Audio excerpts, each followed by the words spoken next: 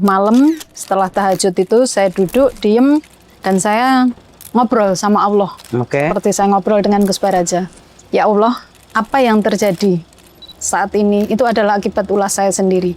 Jadi apapun yang terjadi dengan diri saya sampai di titik itu adalah akibat ulah saya sendiri.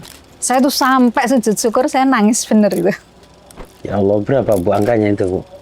Ya lumayan lah. Iya. Sebetulnya saya itu tidak melihat dari besar kecilnya. Iya. Cuman di situ saya melihatnya tuh benar-benar keajaiban Allah itu ada.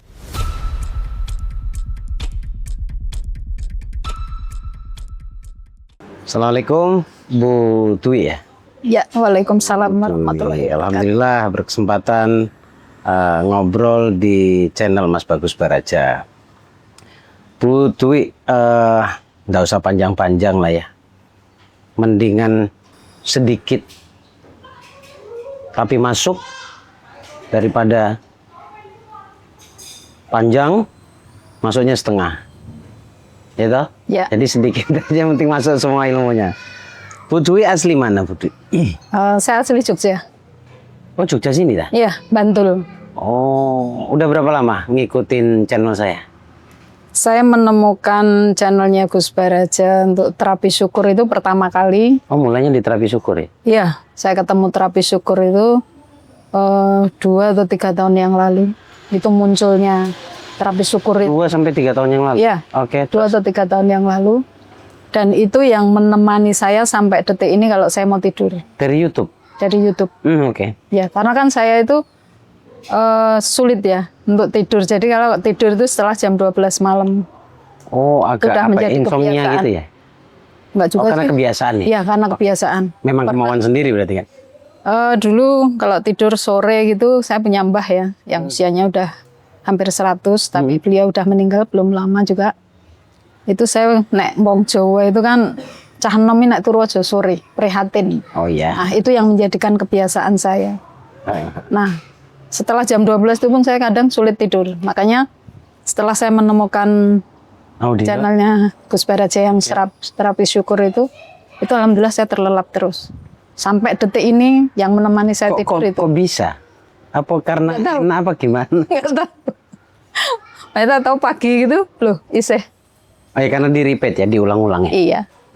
Jadi memang audio yang saya desain itu didengarkan, satu memang untuk memprogram.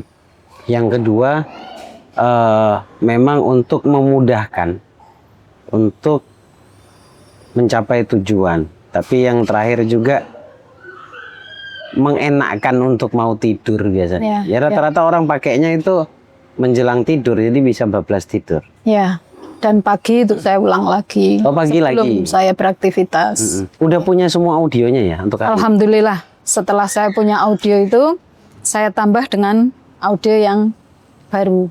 Oh yang baru itu audio syukurnya ada kan? Yang melepas kemelekatan itu, bukan? Yang audio syukur. Yang khusus syukurnya? Yang syukur itu. Oh iya upgrade ya, ada yang baru ya? Yang baru ya?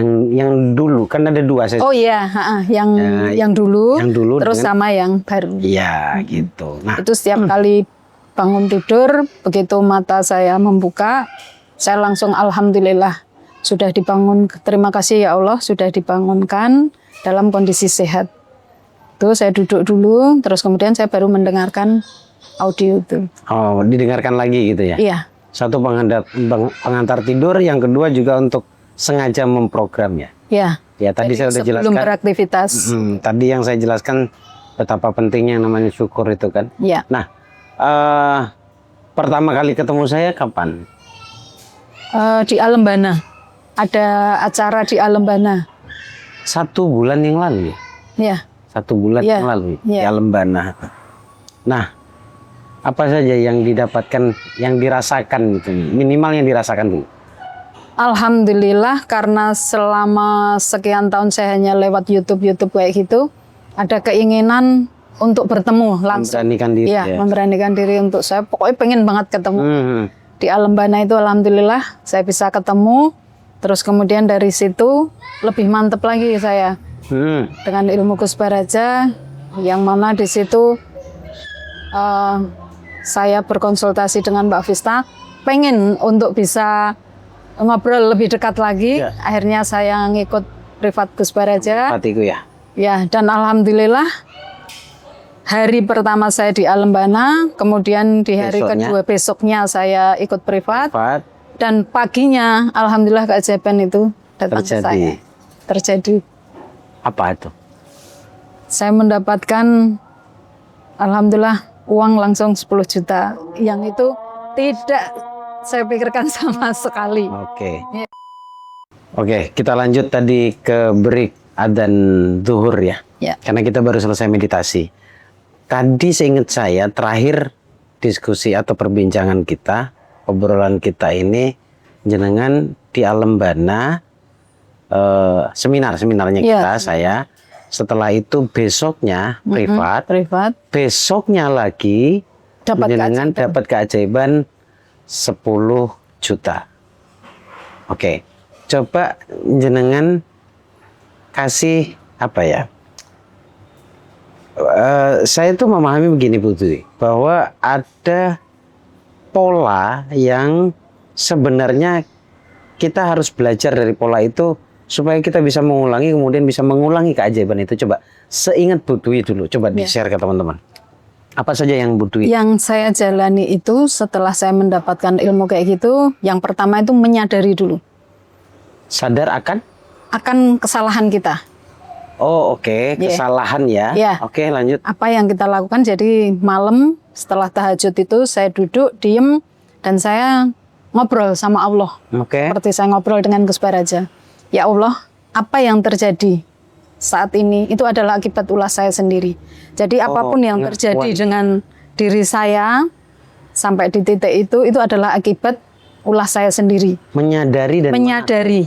Kemudian setelah kita sadar, kita minta maaf ke Allah. Mohon ampun. Dan berjanji untuk tidak akan mengulang. Berjanji untuk tidak akan mengulangi. 3 berarti kan? Ada lagi Bu? Atau cuma 3 ini? Apapun di samping 3 ini, apapun itu yang terjadi, kita syukuri. Penerimaan. Syukuri ya. Penerimaan. Nah, ini yang agak sulit untuk kita gambarkan sebenarnya ke teman-teman kan, karena 4 poin yang Bu Dwi sampaikan itu kan bukan secara zahir sebenarnya, tetapi bicara batiniah atau ruhnya kita gitu. Bagaimana kita bisa mengkonekkan diri kita atau menghubungkan kembali diri kita dengan Allah, itu salah satunya adalah salah satunya yang pertama adalah menyadari, mengakui di dalamnya, kemudian memohon pengampunan, kemudian yang ketiga berjanji untuk tidak mengulangi lagi. Ini sebenarnya 3 ini taubatan nasuha, betul. Ini taubatan nasuha yang pernah dijelaskan oleh Imam Nawawi di dalam kitab Riyadhus Shalihinnya, bahwa disebut benar-benar kalian bertobat itu kalau memenuhi syarat atau 3 syarat ini. Dan Allah akan berikan kemudahan ternyata benar. Jadi 3 hal ini bicara kesadaran sebenarnya. Kemudian yang keempat tadi penerimaan. Nah ini juga tidak mudah. Penerimaan atau bersyukur itu satu hal yang tidak mudah. Tapi saya rasa teman-teman pasti kalau sudah nonton begini nih jadi pengen nonton lagi gitu loh. Nah, saya itu dapat kabar dari Mbak Vista, kalau sebenarnya keajaiban bukan berhenti di 10 juta ya. Ada rentetan nggak setelah itu? Banyak sekali. Pada waktunya cuma 1 bulan Bu ya. Dari Alembana ke sekarang. Gus Baraja waktu saya privat, Bu Dwi, pokoknya dilihat untuk 1 bulan ke depan. Dan alhamdulillah tidak sampai 1 bulan, saya menjalani yang itu beruntun terus. Yang kedua setelah 10 juta apalagi? Nah, saya itu pernah, saya share juga kan di grup, ada barang pesanan orang dan itu sudah lama banget, udah berbulan-bulan, tidak diambil. Ya karena tidak dibayar ya nggak beban lah, itu kan. Cuman karena barang itu cuman karena barang itu pesanannya beliau kan berarti khusus ya. Khusus. Dah di hari itu tuh saya galau banget. Lama, udah berapa bulan yang lalu. Terus saya tuh kok pagi itu saya galau banget gitu. Saya sampai WA ke Mbak Vista, kenapa ya saya galau kayak gini. Akhirnya saya mendengarkan audio yang kemelekatan itu kan, audio terapi yang itu. Yang terbaru, yang saya bonusin. Nah, Itu saya dengarkan. Itu saya tutup, HP saya matikan. Itu ada orang kula nuwun. Ternyata dia beli barang yang sudah lama tidak diambil orang itu. Dan persis. Dia beli persis dan jumlahnya juga persis. Saya tuh sampai sujud syukur, saya nangis bener itu. Ya Allah, berapa Bu angkanya itu Bu? Ya lumayan lah. Iya. Sebetulnya saya itu tidak melihat dari besar kecilnya. Iya. Cuman di situ saya melihatnya tuh bener-bener keajaiban Allah itu ada. Ya karena apa ya? Sebelum berproses untuk mendapatkan itu kan posisi Bu Dwi benar-benar galau. Bener-bener. Jadi kalau saya tiba-tiba acting jadi dukun, gitu ya. Saya lihat auranya itu acak adut gitu loh. Tapi setelah privat, habis itu kita kan nggak bertemu ya. Iya. Baru bertemu tadi, saya ngelirik Bu Dwi udah berubah loh, gitu loh. Jadi saya kan baru dengar dari Bu Dwi tadi kan bahwa Bu Dwi punya pencapaian yang relatif cepat bahkan sebelum 1 bulan. Iya. Jadi kalau diceritain semuanya banyak ya sebenarnya. Iya. Oh ya profesinya buka toko bangunan ya. Iya. Oke. Senangnya gimana? Coba ekspresikan ke teman-teman yang nonton. Wah senangnya luar biasa.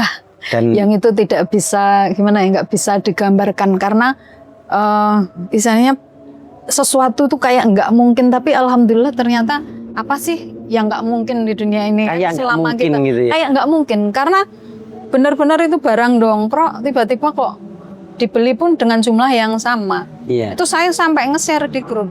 Terus kemudian di hari Minggu itu biasanya kan kadang saya tutup toko ya. Kalau udah berani tutup toko sekarang ya? Ya kalau Minggu kan biasanya kan ya kadang buka, kadang saya tutup. Itu pas posisi itu tutup. Tapi namanya rezeki itu nggak akan kemana. Itu ada yang WA dan malam-malam saya udah langsung itu. Malam padahal itu sebelumnya bisnis ini sepi ya? Senin Kemis lah kalau mau dikatakan. Iya dan setelah mengerti, setelah sadar, setelah praktek, setelah tahu, setelah privat, itu perubahannya kelihatan banget toko itu. Kelihatan banget. Terutama dalam diri sendiri ya. Itu akhirnya apapun, dari situ. Ya, apapun itu permasalahan itu akhirnya kita itu kalau misalnya apa itu negatif atau apa itu wis ra ono rasane. Jadi sudah tidak berdampak. Iya. Jadi sama dengan kita menerima sesuatu yang itu menyenangkan. Ya, secara psikis sudah merasa sangat lebih bahagia. Jadi nggak ngenes banget lah istilahnya. Nggak ada. Nggak kayak sebelumnya gitu ya. Apa-apa jadi utangnya rakeh gitu. Utangnya ya nggak banyak. Jadi ya akhirnya mampu memutarbalikan cara berpikir gitu ya. Iya. Bahwa sebenarnya kembali lagi ke diri masing-masing. Tapi poinnya yang paling menarik tadi tuh menyadari dan mengakui itu sulit sekali. Karena kalau sudah bicara tentang baik dan buruk ini yang muncul adalah ego gitu. Ya. Gitu. Nah, untuk mengakui keburukan atau kesalahan kita itu tidak mudah. Untungnya pengakuan kita kepada Allah itu yang sifatnya privacy banget dan Allah nggak mungkin bocorkan aib kita. Jadi sebenarnya cuma perlu turunkan egomu. Tadi saya bilang bahwa cara berdoa itu diambil yang paling sederhana aja. Yang pertama adalah merendahkan diri serendah-rendahnya di hadapan Allah, bukan di hadapan manusia. Kemudian yang kedua adalah muncul rasa takut ke Allah. Takut akan apa? Takut ditinggalkan oleh Allah. Insya Allah apa yang didapat barokah manfaat. Ya. Dan saya juga saya terapkan juga yang ilmunya Gus Baraja di hadapan Allah itu ya Allah di hadapanmu hamba hina, di hadapanmu hamba rendah, muliakanlah hamba. Ini kalau yang sok-sok belajar afirmasi tiba-tiba wah bahaya itu keliru itu. Padahal ini konteksnya ke Allah. Iya. Bukan kepada manusia. Kalau sama manusia harus sama-sama berjalan tegak. Ya. Jangan tundukkan melebihi rukukmu. Hormat boleh tapi pada ilmunya jangan pada hartanya gitu. Tapi kalau sudah bab ke Allah habis kita. Ya. Habiskan diri kita gitu. Itu juga saya jalankan yang intinya alhamdulillah juga orang tua saya juga mengajarkan ke saya dari dulu mbuh kowe salah, mbuh kowe bener, mbuh kowe metu tua, mbuh kowe cah enom. Itu tidak ada jeleknya kita meminta maaf. Kan gitu. Yang penting silaturahmi tetap baik untuk bisa terjaga. Dan saya nggak pernah berpikir bahwa wah aku rumongso benar atau enggak. Iya. Sedikit pun saya nggak pernah berpikir kayak Iya. gitu. Lah kemarin aja yang kalau di grup itu ya, kalau yang dapat keajaiban kan selalu di-share. Iya. Iya kan? Untuk membantu. Itu ada dampaknya juga. Kita ikut mengaminkan dan kita kan selalu di situ alhamdulillah merasa senang kan. Vibrasi positif tercopy kan. Oke. Itu nggak berapa lama terjadi juga. juga. Makanya grup itu saya pakai sebenarnya untuk sharing vibrasi, bukan curhat. Makanya teman-teman kan dengerin Bu Endang kan awalnya. Iya, Bu Endang itu dapat. Saya kan alhamdulillah vibrasi positif tercopy kan gitu. 10 menit kemudian saya ngopi lah. Gitu loh. Jadilah itu. Dan itu berulang kali. Itulah pentingnya nonton hal-hal yang positif. Ya. Gitu. Ya apapun yang ada di grup itu selama itu positif ya kita juga. Iya. Kalau ada yang curhat, kalau perlu dihapus saja. Kan bisa dihapus pribadi kan? Hanya untuk saya. Gitu. Yang namanya mengeluh marah itu haram. Haram gitu. Haram. Alhamdulillah. Ingat ya, mengeluh itu haram gitu ya. Saya tulisin bagi kita itu. Pribadi maksudnya. Saya tulisi. Di tempat saya itu saya tulisi mengeluh itu haram di kamar saya itu. Inisiatif yang cukup bagus. Jadi kalau ada hal yang negatif itu langsung saya rilis sendiri. Iya. Pokoknya langsung dilepasin, diikhlaskan ke Allah, nerimanya enak, nanti ngejalanin juga enak. Yang belum lama saya terapkan juga waktu kita webinar malam itu ya, Jumat malam ya.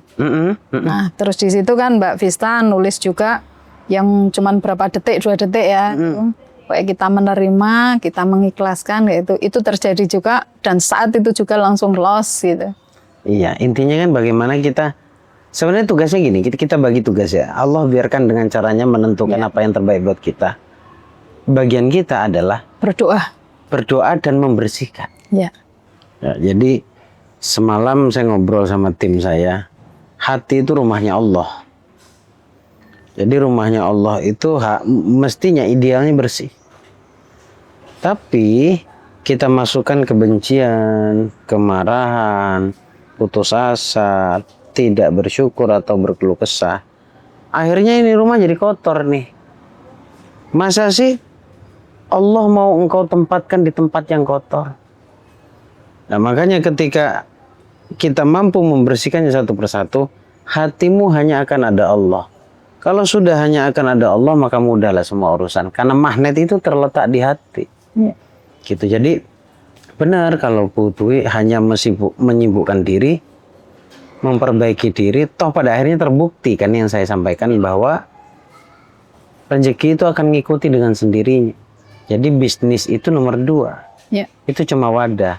Tapi siapa pemegang dan pengelola bisnis ini, itulah yang menjadi penentu ini wadah akan tampungannya besar, banyak atau sedikit. Jadi manusia. Gitu ya, paling itu yang bisa saya pesankan. Tapi sejauh ini untuk privat yang santai kemarin dengan pencapaian seperti itu sudah sangat luar biasa. Alhamdulillah. Jangan berhenti. Kalau hidupnya pengen ajaib, jangan berhenti. Terus sinau, terus belajar, terus lakukan hal-hal yang bersifat spiritual, tapi spiritual yang menyenangkan. Ngoten nggih? Nggih. Pun cekap. Terima kasih. Matur sembah nuwun, sehat-sehat terus Bu Dwi. Amin. Saya tunggu kabar lebih besarnya. Kalau ada kabar lagi, kita buat video lagi untuk. Amin. Ya. Monggo. Assalamualaikum. Waalaikumsalam warahmatullahi wabarakatuh.